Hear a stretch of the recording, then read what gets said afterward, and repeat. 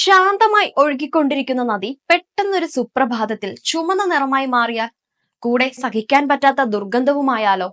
ശരിക്കും നമ്മൾ പരിഭ്രാന്തരാകും അല്ലെ? ഇപ്പോൾ ഇത്തരം ഒരു അവസ്ഥയിലൂടെയാണ് അർജന്റീനയിലെ ആളുകളും കടന്നു പോകുന്നത്.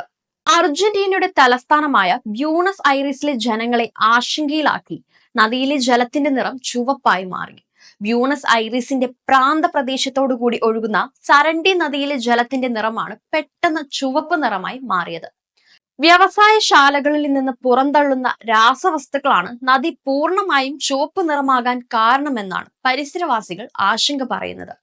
കിലോമീറ്ററുകളോളം നദിയിലെ ജലം ചുവപ്പ് നിറമായി മാറിയതിന്റെ വീഡിയോ സമൂഹ മാധ്യമങ്ങളിൽ നിറഞ്ഞിട്ടുമുണ്ട്.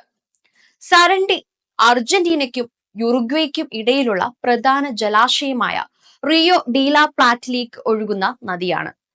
നദിയുടെ തീരത്തുള്ള വ്യവസായശാലകളിൽ നിന്നും രാസവസ്തുക്കൾ ധാരാളമായി നദിയിലേക്ക് ഒഴുക്കിവിടാറുണ്ടെന്ന് പരിസരവാസികൾ ആരോപണം ഉന്നയിക്കുന്നുമുണ്ട്. ശക്തമായ ദുർഗന്ധം വന്നതോടെയാണ് നദിയിലെ ജലത്തിന്റെ നിറം മാറിയതായി ശ്രദ്ധയിൽപ്പെട്ടതെന്നും പരിസരവാസികൾ പറയുന്നു. സരണ്ടി നദിയിലെ ജലം ചുവപ്പ് നിറമായതോടെ പരിശോധനയ്ക്കായി ജലസാമ്പിളുകൾ ശേഖരിച്ചതായി ബ്യൂണസ് ഐറിസ് പ്രവിശ്യയിലെ പരിസ്ഥിതി മന്ത്രാലയം അധികൃതർ അറിയിച്ചു. ഫെബ്രുവരി 4-ന് പെറുവിന്റെ തലസ്ഥാനമായ ലിമയിലെ റിമാക് നദിയിലെ ജലവും ചുവപ്പ് നിറമായി മാറിയിട്ടുണ്ടായിരുന്നു.